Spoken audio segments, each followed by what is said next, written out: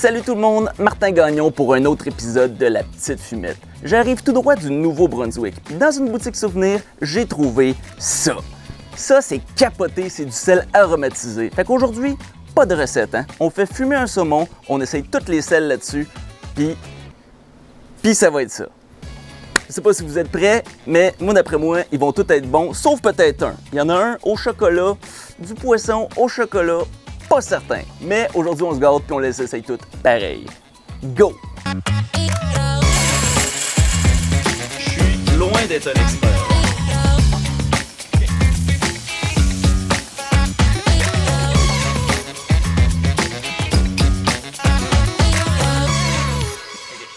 J'y vais, t'es prêt? Je suis prêt. Okay. Premièrement, pour faire fumer un saumon, je sais pas si ça va vous surprendre, mais ça prend un filet de saumon. Normalement, je ferais fumer le filet au complet du premier coup, mais là, comme je vais essayer plusieurs sels, je vais le couper en plusieurs lanières. Pourquoi je vais le couper avant? C'est simple, parce qu'une fois cuit, le poisson a beaucoup plus de chances de s'effilocher ou de se déchirer pendant que tu le coupes, tandis que cru, tout se passe toujours magnifiquement. Fait qu'on coupe avant. Une fois découpé à lanière, préchauffe ton fumoir à 200 Fahrenheit.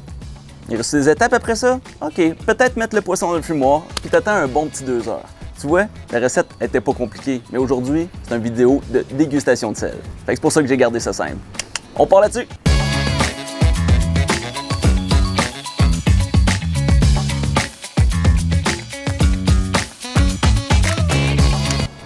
Ça y est, le temps a passé, c'est le moment de sortir nos merveilles, saupoudrer le sel là-dessus, puis de goûter à tout ça. J'espère que vous êtes prêts, on y va! Ça, c'est parfaitement cuit. Peut-être même un peu trop. T'sais, on voit le petit blanc qui est sorti. Ça, d'habitude, c'est un petit indice que ton poisson est un peu trop cuit. Fait que d'après moi, c'est juste parce que je l'ai coupé à lanière, il a cuit plus vite qu'il aurait dû. Mais il a l'air parfaitement bon pareil. Maintenant, on va tout mettre les sels un après l'autre là-dessus, puis on goûte à ça.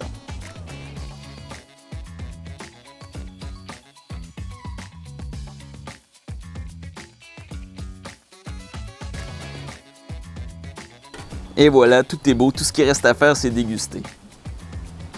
On va commencer par celui au habanero. J'espère juste que ça me fera pas pleurer. Pour normalement, habanero, c'est très épicé, mais là, c'est juste parfait. Comme un petit goût de salé, un petit goût épicé. C'est juste très bon. Mais en même temps, moi, je suis un peu vendu parce que j'adore tout ce qui est épicé. J'ai la langue facile, mais j'adore ça. Puis on avait dit que c'était quoi? Basilic et origan.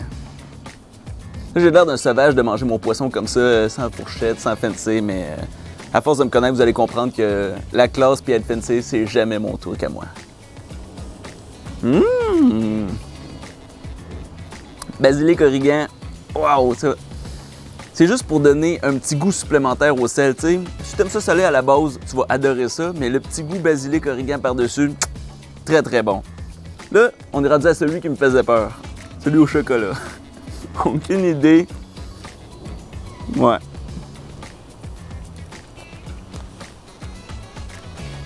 Ouais.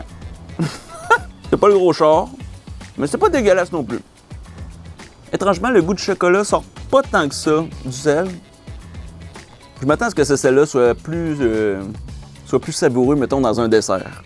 Mais sur un saumon, pas sûr que ça, là, je vais le remettre. Le Porterhale. Pas mauvais. Je vais essayer de vous couper les sons de sapage au montage. Mais ouais. Pas super, mais celui-là non plus. Le goût de l'assaisonnement se démarque pas assez de celui-là du sel. À date, mon préféré reste basilic et origan. Celui-là, c'était quoi? Je crois que c'était pinot noir. La couleur, quand même, c'est assez impressionnant.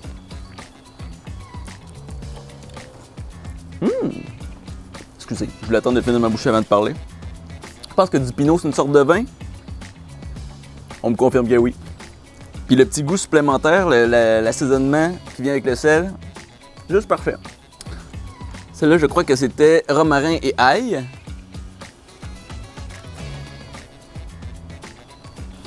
Étrangement, celle-là, le goût de l'ail se démarque un peu plus, puis je pense que ça serait meilleur sur une pièce de viande que sur un saumon. Mais, quand même bon malgré tout. Celle-là, c'était simplement zeste de citron. Avec un sel au citron. Ça peut pas être mauvais. Oh! Wow! OK. Je parlais de basilic et origan. Mon préféré tantôt, ça vient quand même côte à côte avec celui du citron. Je suis là à me cacher la bouche à chaque fois. Je vais juste pas tout vous montrer de ma vie privée quand même. Mais ouais, le goût de citron armé du goût de sel, c'est quand même un vraiment beau mix. Celui-là, je crois que c'était jalapeno, lime et sel. Celui-là, j'ai quand même des belles attentes. Ça devrait être un peu moins épicé que le habanero de tantôt, mais quand même, ça doit être un beau petit goût épicé. Ouais. Juste un peu moins. Fait que tantôt, je disais que le habanero était moins épicé, justement, mélangé avec le sel, puis probablement séché. Fait que celui-là, c'est juste un peu en dessous. Fait que je pense que niveau épice, habanero sel était meilleur que celui que jalapeno lime. Mais quand même, très agréable.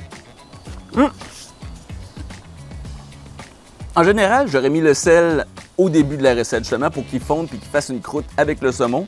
Mais là, comme je les avais jamais testés, je voulais goûter au maximum le goût du sel aromatisé. Fait que c'est pour ça que je l'ai mis plus vers la fin. Fait qu'il n'est pas très fondu, mais normalement, je vous conseille de le mettre au début de la recette pour qu'il fonde puis qu'il fasse une croûte puis qu'il fusionne avec le goût du saumon.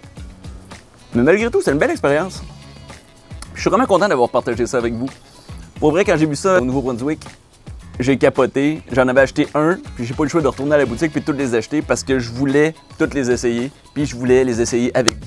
Fait que merci d'avoir essayé ça avec moi, même si vous l'avez pas vraiment essayé. Merci beaucoup, puis à la prochaine!